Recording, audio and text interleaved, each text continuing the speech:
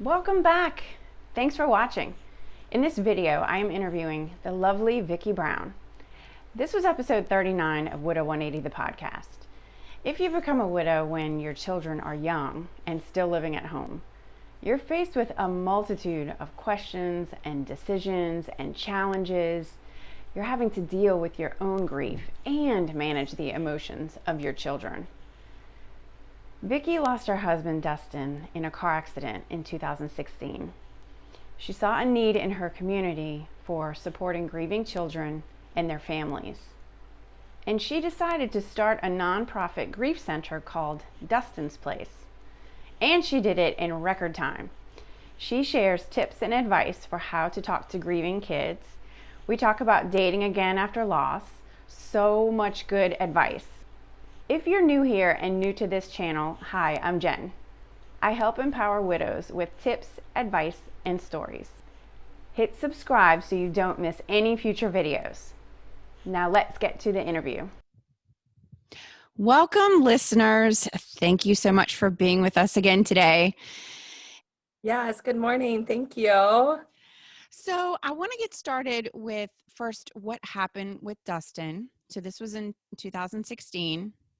Yes. And we can just start with your story there, and Sure. what happened with Dustin.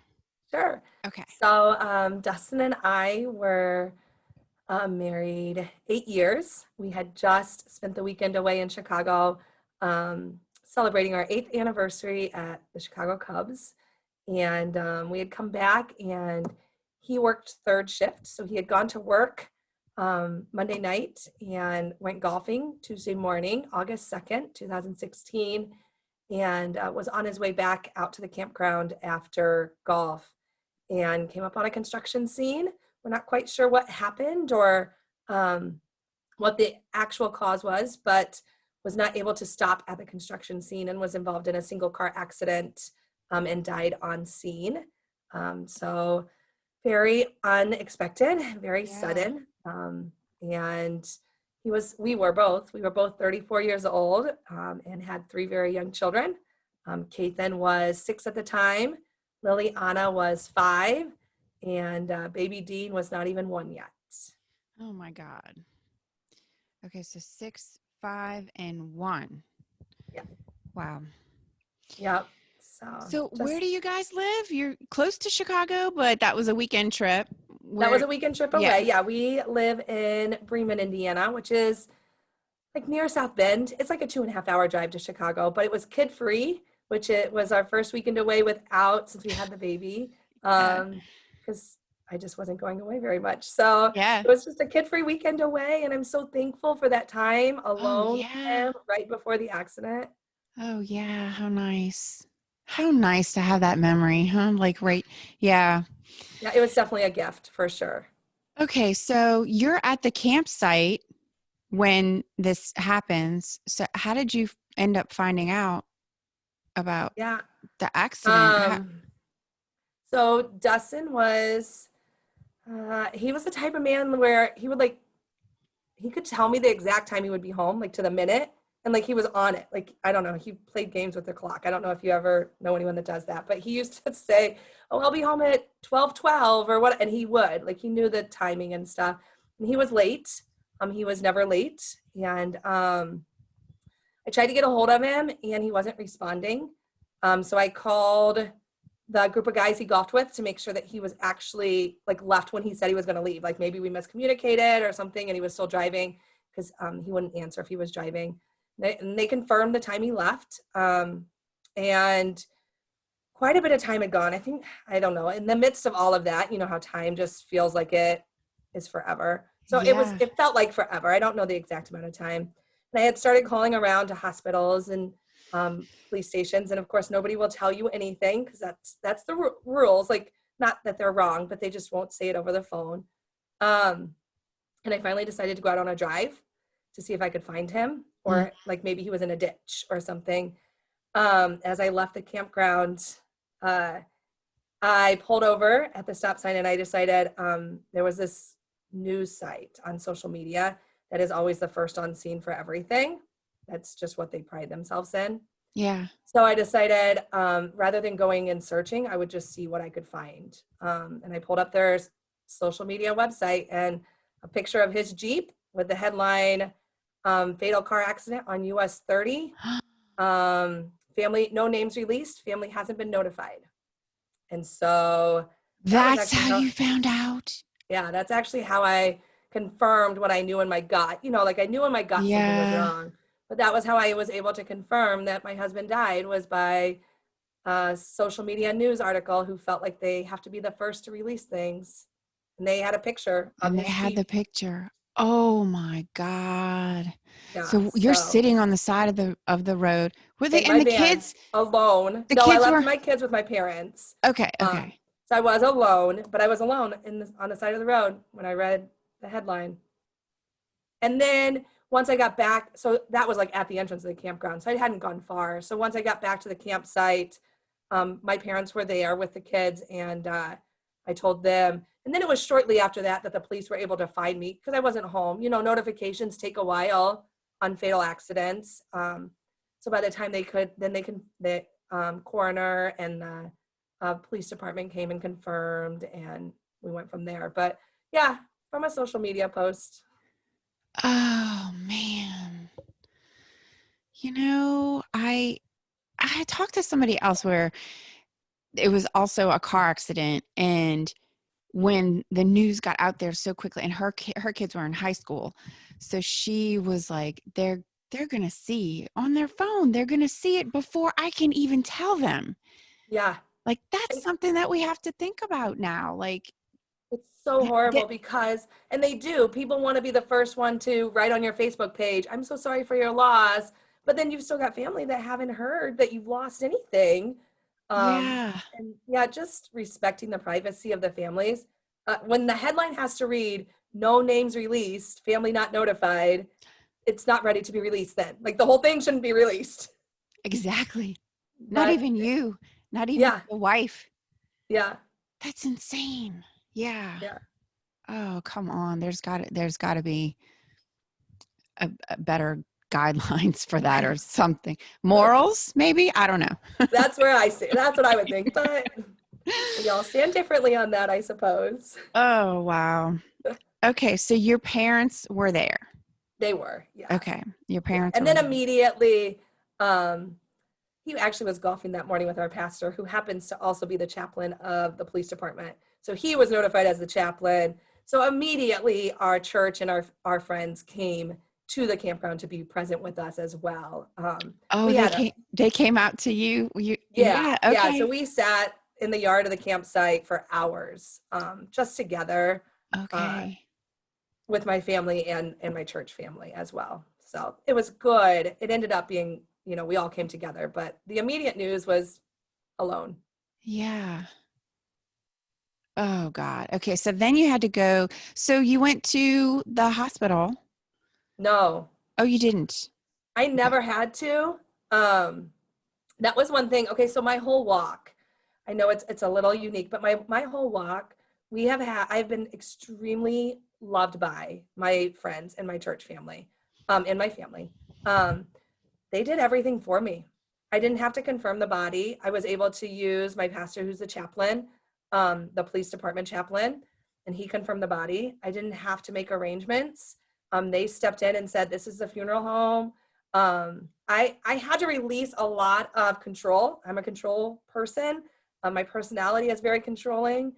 But as soon as I was able to release that control and recognize where I was at and what I needed, uh, it took a lot of humility, but people just jumped in. I didn't have to make a single phone call. I didn't have to notify our life insurance.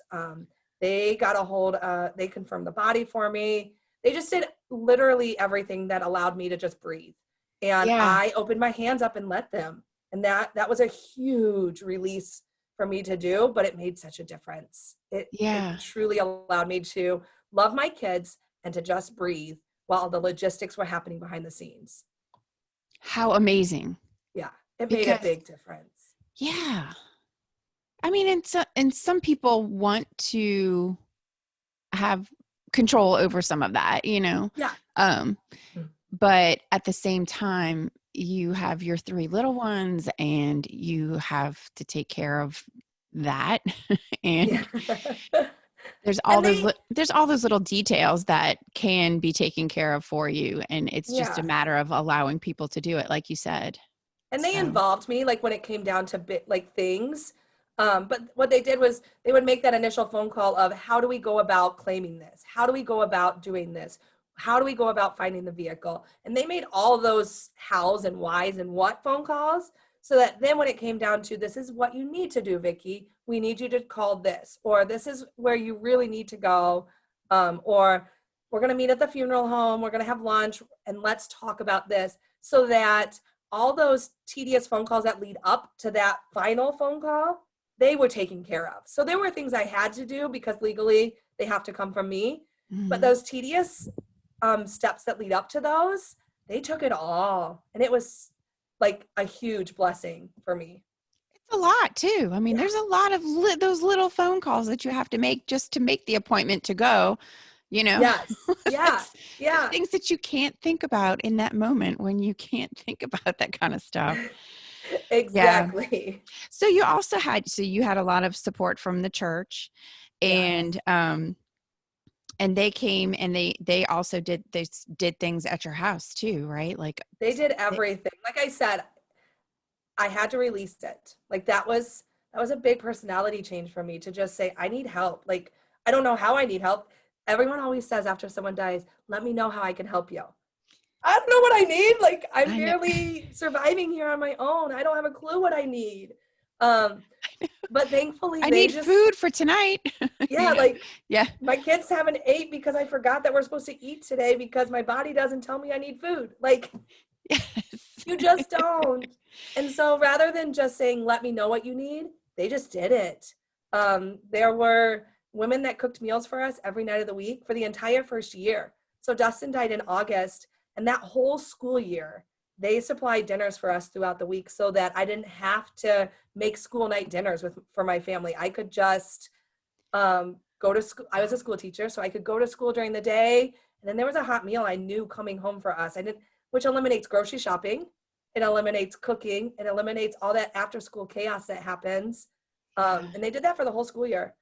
Um, So, they, I know, it's like looking at it from our side, like a widow's side. yeah, We know what we need. We just don't know how to ask for it sometimes. And then from the other person's perspective, where it's like, what can I do to help them? I don't know what to do. I don't want to overstep any boundaries, and I don't know. It's kind of like you just need somebody to just come in and do it. yeah, Like, yeah. that's what you And need. I mean, like directly ask. I wouldn't want somebody to come in and like clean Dustin's closet. I wasn't Right. Oh, no, no, no. Right. but but if they came in and said, hey, I really want to clean your house, and they did, they brought somebody in every week and cleaned my house for me. Um, and then they would say, are you comfortable with us moving this pair of shoes yet? Like, so they're asking, Oh, okay. Yeah. they're very That's involved nice. in involving me, but they're just doing it. I had one morning, there was a group of women from my church. I woke up, I don't know, 7 o'clock or so, and they were already out in my garden weeding it. Like I didn't even know they were here. They just did it. They saw it needed done and they just did it for me. And those tedious tasks didn't even register like, oh, wow, that looks horrible out there. I probably should take care of that because I was too busy taking care of my kids. And they just did it. And it was amazing. We had another couple during one of the days that they were helping around the house. They noticed the door of my washing machine wasn't shutting, and they had struggled with the when you have appliances, you kind of just fix them the best you can and you keep going until they stop working. Like that's just home ownership. Yeah. Um, and they showed up the next day. They asked if they could, and they showed up the next day with a brand new washer and dryer and shelving system for my laundry room. Like What? it's just those things where I Wow. had to like let my pride go and say, you know what? Come into my mess with me. Come into this mess, walk the journey with me because I need help. Um, and then they wanted to. People want to help. They really, really do. They just don't know how, I think. Yeah. Yes. So in those, you mentioned that you're both teachers. Yeah. And so this was August, first week of August when all of this stuff happened. And did you go back to work right away for teaching in the fall that year? You went I back? didn't go back right away. So he died on August 2nd and school started the next week. Um, my principal and superintendent were a small town, so that does help. We have a great community. Um, and they worked really well with me. That's one thing I would love to work with the community on is bereavement leave. You get like Mm, 4 days, like I there's just not know. like you get through that initial emotional stage, but that's it. Like 4 days of bereavement for your husband. I think Yes. 5. I think actually it was 5 days, but like, I'm sorry, there is no way No. I should be Who able made to up do with that children. rule? Who? I don't I mean, know. Like, really? What? so, I mean, I praise the Lord all the time for the school system that I'm a part of. My superintendent came to my door on the first, like right before school was starting, and he's like, look, you take what you need and you tell us how to do that. And so I took 2 weeks off of school. And then as I started thinking, okay, I have the logistics of running the household now. Like we had people in place to help with laundry. We had people in place with helping with dinner. My kids had gone back to school and I felt like I want to get out of the house. I really didn't Mm. want to just stay home all day. And so I wanted to go back to school, but I knew emotionally I couldn't do a full time. And so I actually spent a couple weeks teaching half days. And so they would find a sub in the afternoon, which allowed me to teach all morning. And then I would come home in the afternoon, I would take a nap or get the house ready and just emotionally transition from teacher to mom and let that transition happen with time. And so Yeah. I did that for a couple of weeks too. And then it was in September probably where I returned to full time. And Okay. my kids went to school at the same school as me. So I was in the building with the 2 older kids and it was truly a choice that I wanted to do. I wanted to go back to school. And I wanted to be with my kids during the day and they could come visit me and we could have lunch together. Yeah. So not right away, but I did go back to school that fall and teach. Yeah. Um, and then you were also trying to find therapy or just some kind of support for you and your kids at that time. Did you find anything Oh, fairly early yeah. or? So being a teacher and Dustin was in social work. He worked with at-risk children at a residential facility and all of our family, our teachers. I knew the effect that childhood trauma can have on children. And the death of a parent is a trauma. It's most certainly a trauma in their lives. And so I knew they needed to process this death with someone other than me. Even as great of a relationship as I had with my kids, they still need someone else to talk to. So I started looking around. I found some children therapists. Lily is a lot like me. She could talk to anyone. As a matter of fact, she like demands the attention of the room. Like she enters a place and she's like, look at me, I am here and let's go. And Kathan, on the other hand, he's a lot like Dustin. He's an introvert. He wants to look at the room, examine the room, know who's there, watch before he'll ever even speak to you. And then he has to gain your trust. And so finding something that worked for both of them Yeah. was interesting. Kathan had no interest in therapy. And that's kind of where your mind goes to when you initially think, I need to get help for my children. You Yeah. initially look into therapy or counseling of some sort. And he just had no interest. He didn't want to talk to an adult he didn't know. He didn't want to talk to someone who didn't know Dustin. Oh, Um, yeah. and he wasn't feeling it at all. So I started searching around and I found a place for children's grief support. It was like 45 minutes from our house and it was called Ryan's Place. And I told the kids, I want to go here. This is a place with kids. You don't have to talk to adults about it. It's just other kids that understand what it looks like to have someone die that they love. So we went there and on night 1, we come out. I went to the spousal group. And on night 1, we come out to the van. I'm like, all right, Lily, so remembering her personality. All right, Lily, how was night one? And she didn't take a breath for 3 minutes when she's telling me how great this place was. The teachers were amazing, the crafts they made, the color of the room, the toys that 3 minutes straight, she didn't breathe about how great this place was. Nathan, like, all right, bud, how was night one? What did you think? And he says, well, Mom, there's another little boy there, and his dad died too. And that was it.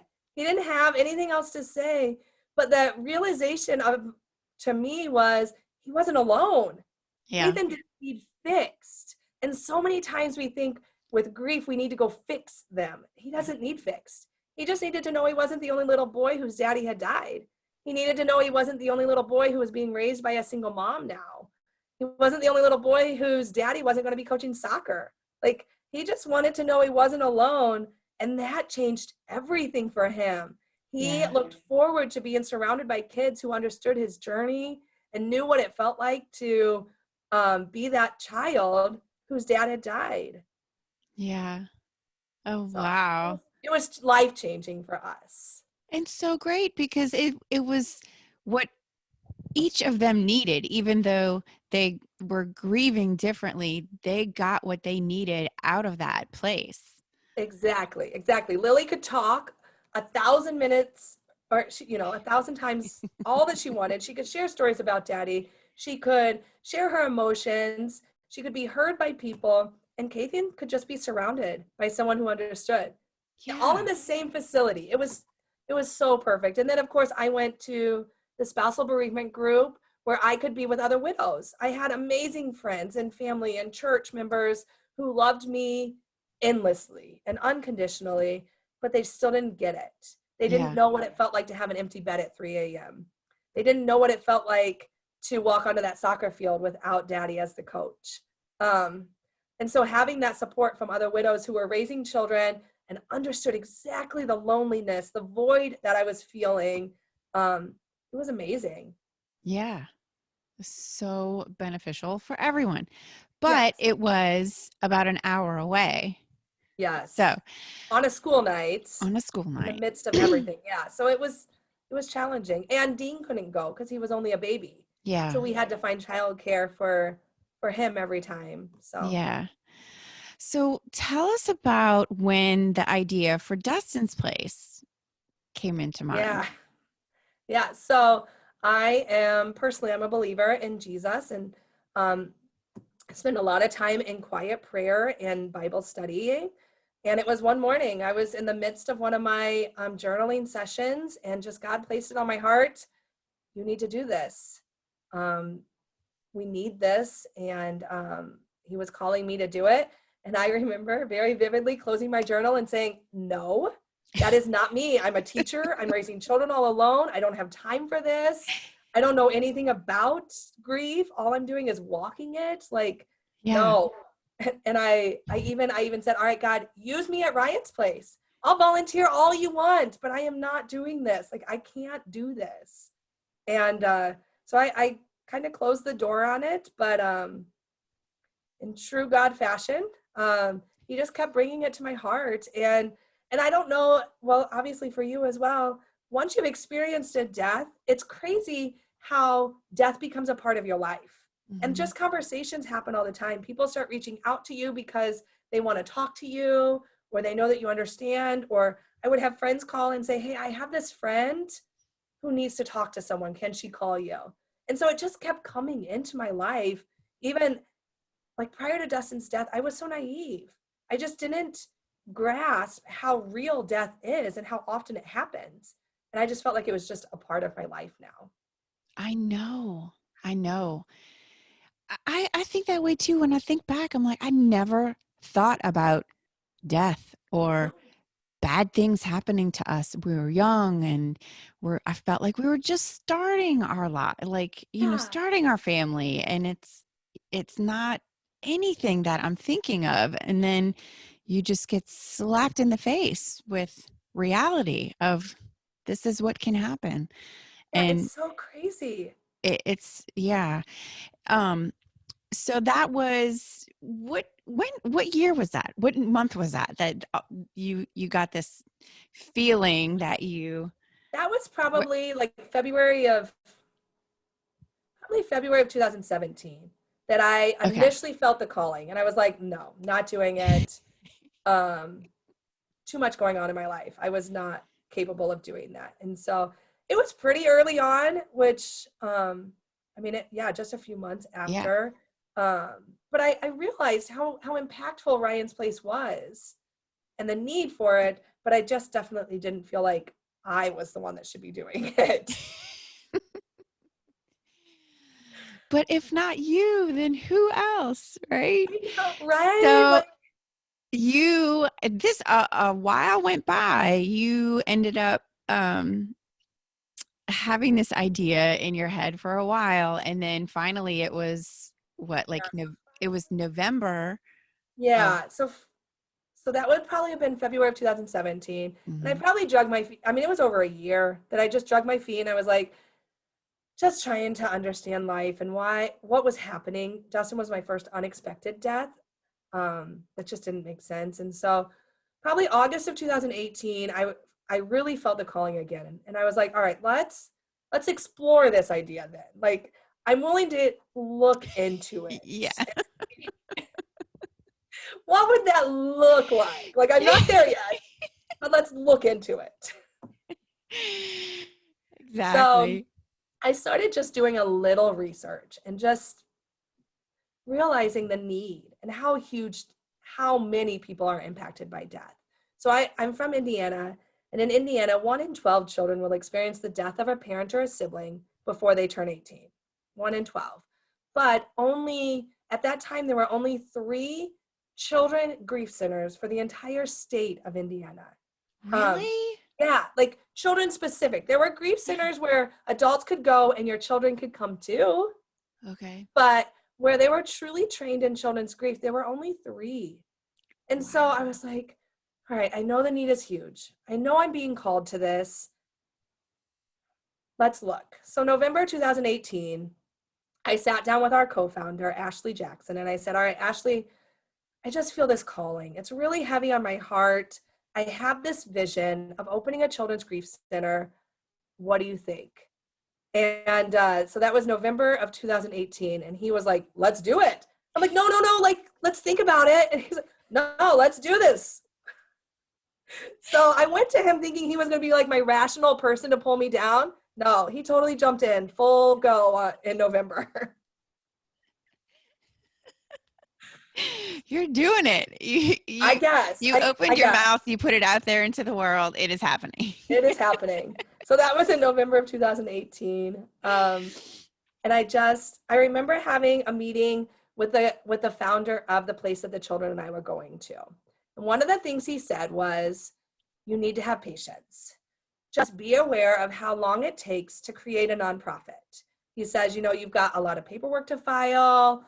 You've got to get your state incorporation and then federal, and you're going to need a building. He's like, just be patient. You're looking at 3 years, maybe 5 years. He's like, but realistically, ground yourself into being ready for a 3-year process to get this going. And patience is not my specialty. But I had embraced that. I was like, okay, we're gonna 3 years. That was my goal. If in the next 3 years, so in November of 2018, if by November of 2022, no, 2021, so this upcoming November, if by November of 2021 we were ready to open the doors, like I was ready. That I felt like that was a good pace to do it. Yeah. Yeah. But as you know the story, So, I mean, you had this meeting in November, and then a couple of weeks later, you said, um, the church heard about your yeah. plans and your talk of this future thing that you might be doing, Yeah. and they gave you a building, right? Yeah. So even before we did anything, so they had heard, not my own personal church even. This is a church within the community. It wasn't Oh, even the one I attended. oh Um, wow. and they had reached out and said, you know what, we want this. We want to get on board. Here's a building. And they just gave us this beautiful youth center. to use and to have free of charge, no rent, no utilities, do with as we could do, and to welcome the community in and serve our grieving community. That's So that was crazy. by the end of November. So that by the end of November, we had a building. In December, we formed our founding board members. So there were 4 of us that came together and created some bylaws and just created a founding board. By February then, so November, December, January, 3 months later, we were incorporated by the state of Indiana. So now we're in February of 2019, already incorporated through the state of Indiana. By June, we had already received our 501c3 federally. So now we're recognized as a federal nonprofit organization. By July, I had been fully scholarshiped to go out to Portland, Oregon to get my training in children's grief at the Summer Institute for children's grief. So I went out to Portland, Oregon to be trained in what is children's grief and how do you do a nonprofit. So now we're 6 months from that initial meeting. Yeah. Now, how did you find that The founder of Ryan's Place Okay. told me, you need to do this. Like, you have to get yourself out to Portland, Oregon, because it will be life-changing for you.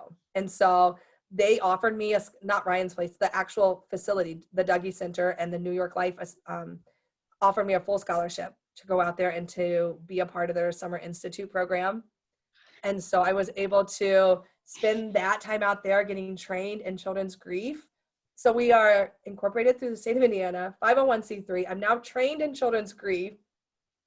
We have our building. So in November of 2019, exactly 1 year from the day we met for breakfast, we had our community ribbon cutting and opened our facility to the community with over 100 people at our community ribbon cutting to officially announce Dustin's Place, a center for grieving children and families.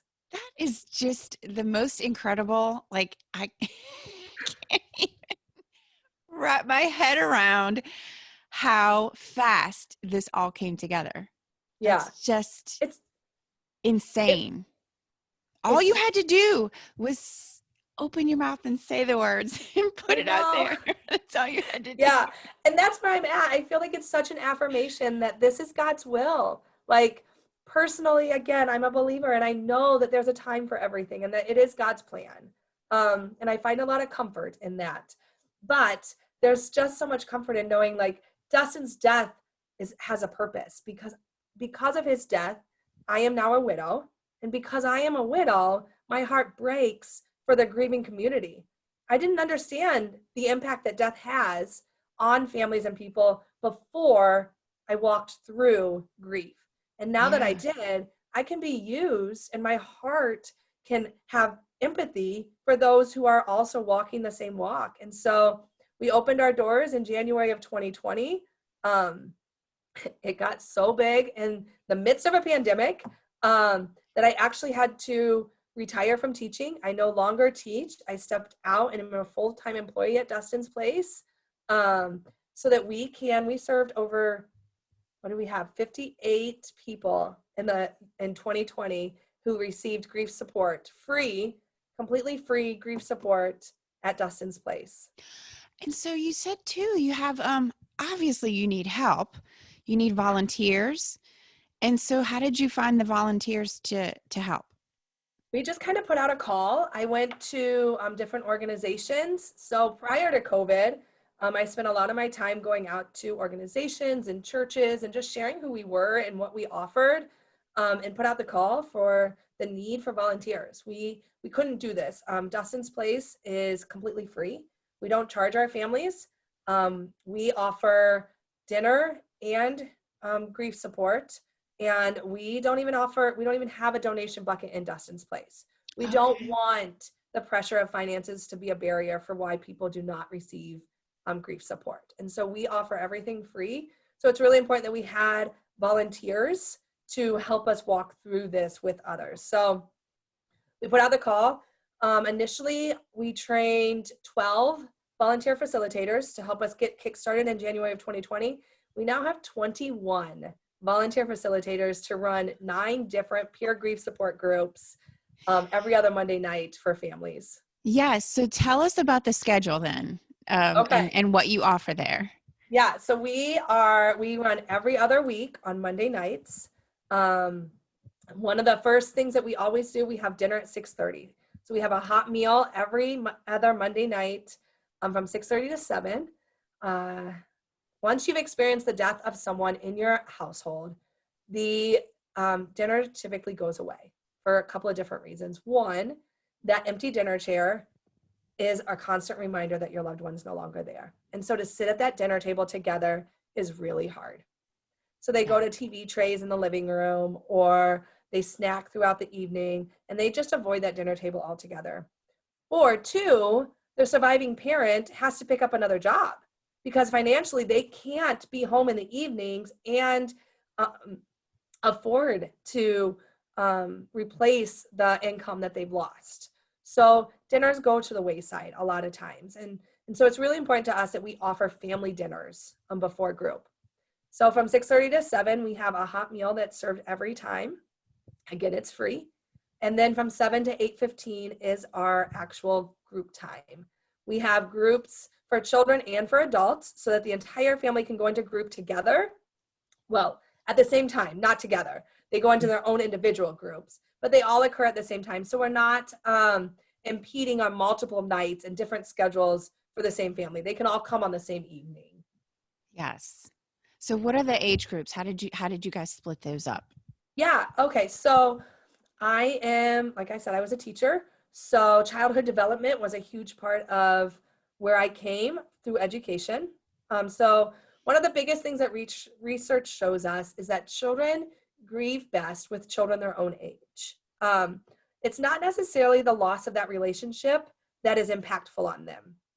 As long as it's an immediate relationship and an impactful relationship, it's not necessarily, it's concerning if it was a mom or a dad or a sibling, if it was someone in their immediate life.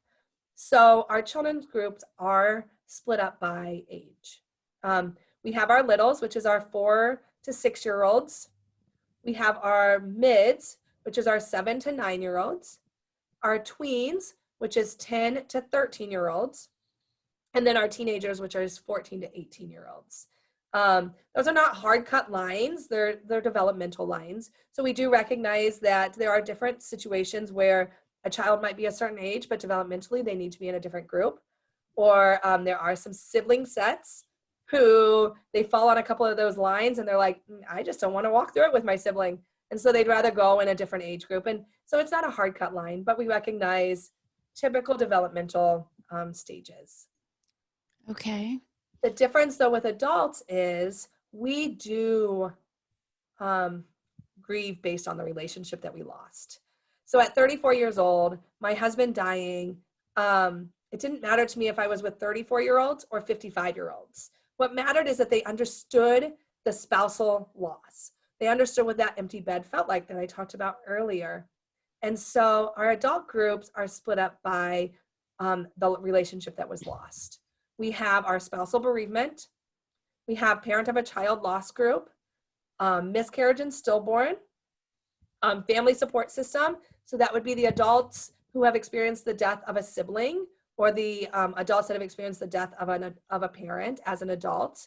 And then we also have our suicide bereavement group, which we have found through research that the trauma of that type of death is bonding in and of itself, and that the relationship isn't, they need to process the suicide itself together before going into the relationship that was lost. And so we do have a suicide specific group as well. So we have 9 groups.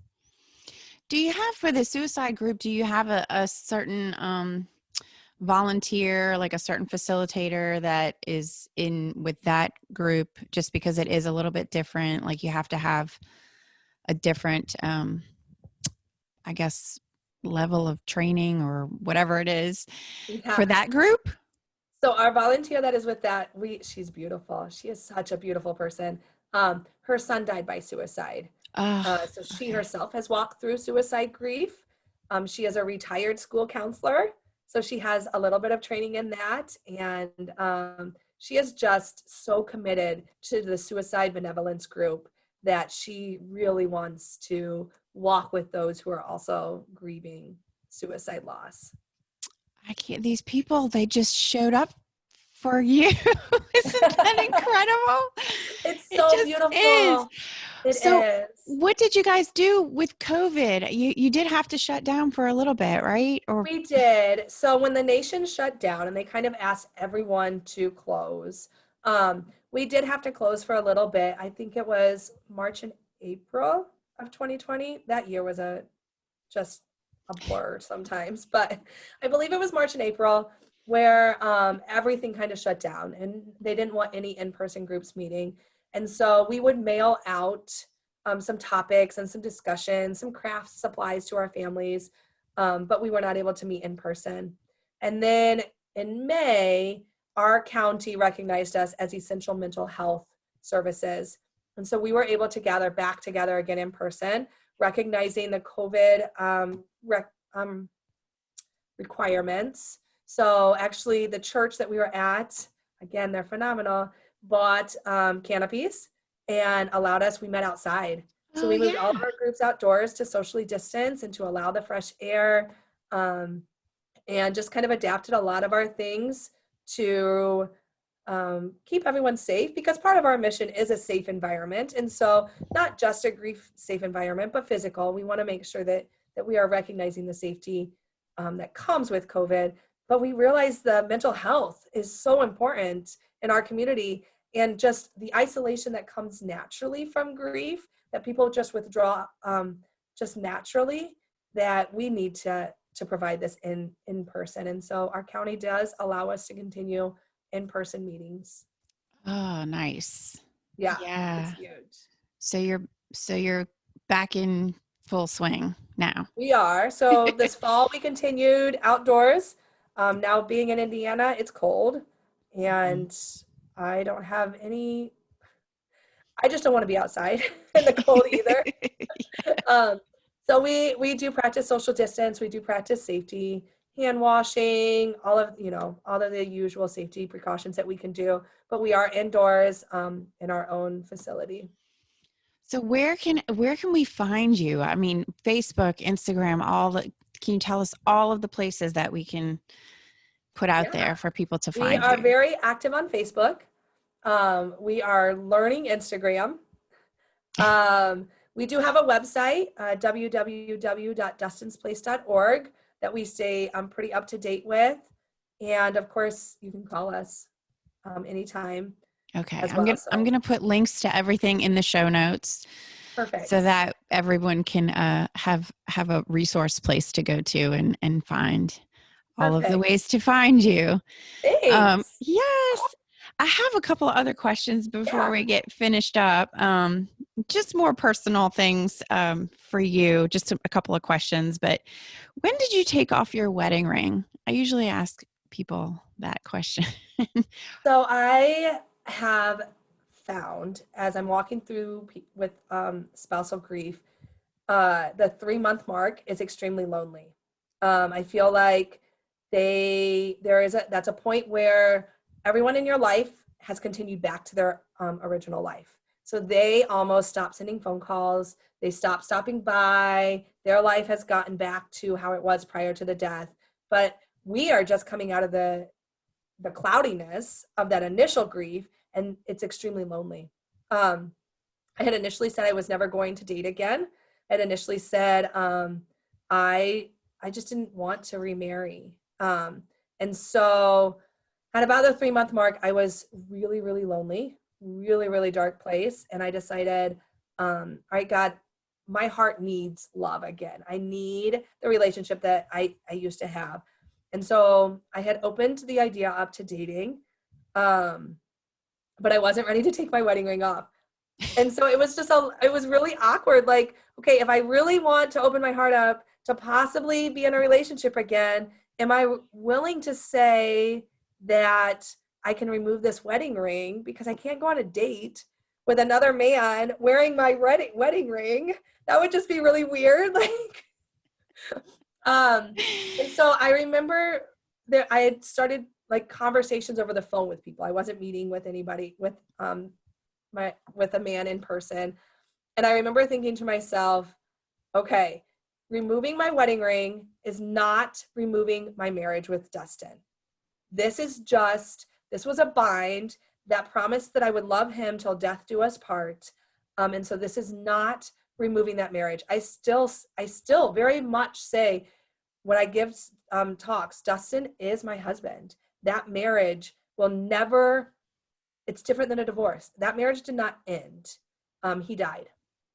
And so I had wrestled with that for a little while, but it was about the 3 or 4 month mark where I had decided I'm going to remove my wedding ring because I needed to get into a relationship. I was really lonely and I really craved that relationship status. However, thankfully, God did place a man in my heart who understood that I was in the midst of grief. And so while I had the wedding ring off, still on our living room wall are pictures of Dustin and our wedding. He is still very actively a part of our life. And so while I have since found a supportive husband who loves me and who I love very much, we still recognize that my love for Dustin will never go away. And so that ring was hard to remove, but taking it off didn't take away the love that I have for Dustin. Yeah. It's a symbol and it's hard to take that off, but at the same time you need to move forward. Yeah. Yeah. Yeah. And I love that you said move forward and not move on. I always say I didn't move on. No, I'm not moving on from Dustin. I just continued forward because God kept me alive in this life. Yes, exactly. So you are remarried. I am. Okay. I found my now husband, Matt Brown, and we have created a beautiful blended household. We have 6 kids together. Dustin and I had 3. Matt has come into the marriage with 2, and we most recently adopted a girl. Her mom died, and she needed a place, and so we have a teenager now that we've adopted. Wow! Oh my gosh! We have 6 kids. That's amazing. Thank you. When did you guys get married? Actually, it was quick. It was June of 2017. Okay, so I'm thinking in the timeline of all of the things that you have done. I'm like, when did that happen? Yeah. Wow. Yeah. It was very quick. But again, like I said, I'm a very black and white person, and I just knew that Matt was who was to be with me, and so we were able to, yeah. Yep. That's amazing. So what a crazy life of the 6 kids and juggling all the things. Wow. Is it just like you're like, what is this life? Doesn't it feel just like it's so different? It's like it's so I was telling somebody else that it's like you had this life that you had before that you never in a million years would picture where you would be 5 years from then. Like, this is a totally different life that you are living, that you thought. Yeah. It's just the most bizarre feeling when you look at it. Like, you've done a lot. And it's so hard to like wrap your mind around because you do have plans. Like you go into a marriage and you have a plan with that person, and you build a house and you build a future together. And then who I am now, 5 years after that, it's so different. That this is never, like, I never would have said I was opening a nonprofit children's grief center, having 6 kids in 2016. Like, no. Wow. What a different life. But what a different life. But it's good. It is it's good. All good. It's good. Yeah. And that's the things that you can't see when you're back in that the dark, hopeless, times right after, when you're like, what is in store for me? What does I can't see that I have a future. Yeah. And you're living basically moment for moment at that time because you can't, like, I physically could not even think what a future would look like. Like, Yeah. for me to try to plan for Friday when it was only Tuesday back then, like, there was no way. Like, I just could not. I was holding on to every minute and just surviving through that minute. And even now, I find myself with the realization of death, I have a really hard time, like, okay, if God's willing, like, the real reality is I don't know what the future will hold. And so I never know what it's going to look like a year from now. And so just keeping my hands open and being willing to embrace each step as we go about it. When we Yeah. started Dustin's Place, I didn't think our doors would even be open now. And I had a plan of 5 years to be a paid staff employee. And Yeah. now I'm starting to think, well, like maybe we need a bigger facility. And I'm like, okay, Right. so in 5 years we can look at, and then I'm like, but maybe not. Maybe that's 3 months. Yeah, just being open to the fact that it changes I know. out of our Yeah. control. I know. That's it. Exactly. Yeah. All of that. Okay. So one other thing before we get wrapped up. Yeah. Excuse me. When you were telling me your story the other day, and I I just got chills because of all the things that you were telling me, but several things that you told me, but a couple of things that stuck out. Like when you said that it was God's plan for Dustin to die that day. And Mm. like we all think about that kind of thing, like it was meant to be, or it all happens for a reason. And you think about Dustin, and I think about Brent, and he was meant to die that day, and that was God's plan. But then you said to me that it was God's plan for you to be a widow. So I had never thought about it that way. Like Oh. I always think about the person that we lose. But if that plan is for me to be a widow, like I just never thought about it that way. That we get stuck asking why over and over. I kept asking, why did this happen? Why did this happen?